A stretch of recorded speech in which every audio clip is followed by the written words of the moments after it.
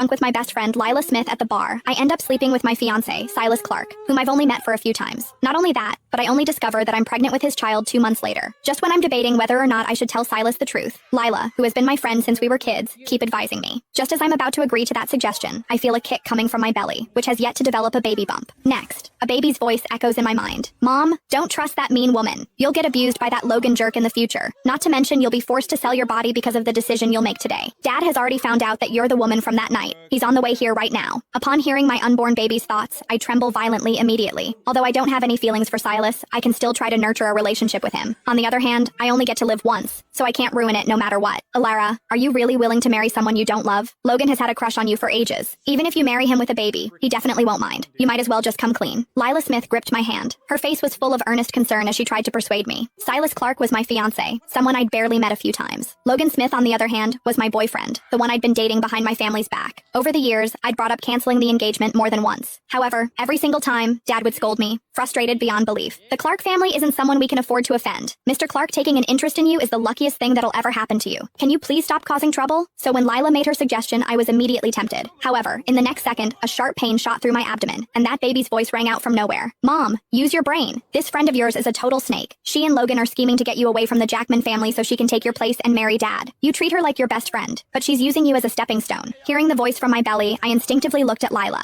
Only then did I notice that her face was filled with barely concealed eagerness. Sensing her true intentions, I changed my approach. But I've been used to having you serve me since we were little. If Logan and I elope, would you be willing to keep staying with me? We're so close. You wouldn't refuse, right? The word serve seemed to strike a nerve. Lila's eyes darkened. She wasn't my friend in the traditional sense. She was the maid Dad had me pick out from an orphanage when I was young. Lila froze, caught off guard. She stammered, "Of all things, you're thinking about this? How can material things compare to the love Logan gives you?" Alara, when did you become so materialistic? Whatever. Logan's waiting at the back gate. I'll just let him tell you himself. Watching Lila rush out in a hurry, I pulled out my phone and opened a contact I'd never dialed before. Sensing my hesitation, the baby's voice rang out again. Mom, you can't waver now. Press it. Give Dad a chance. Please, I don't want to be carved out alive again. Hearing carved out alive, my hand trembled, and I dialed Silas's number. The instant the call connected, I blurted out, "You have half an hour. Get to my house." After I hung up, the baby in my belly started celebrating as if it had just won the lottery. Yes, Dad's coming. We're saved. You got totally duped by Lila before, Mom, but at least your brain decided to work today. I listened to my unborn child roasting me, completely speechless. However, as I looked down at my still flat stomach, questions flooded my mind. If I could hear the baby's thoughts, could it hear mine too? I placed both hands on my abdomen and tentatively thought, "Baby?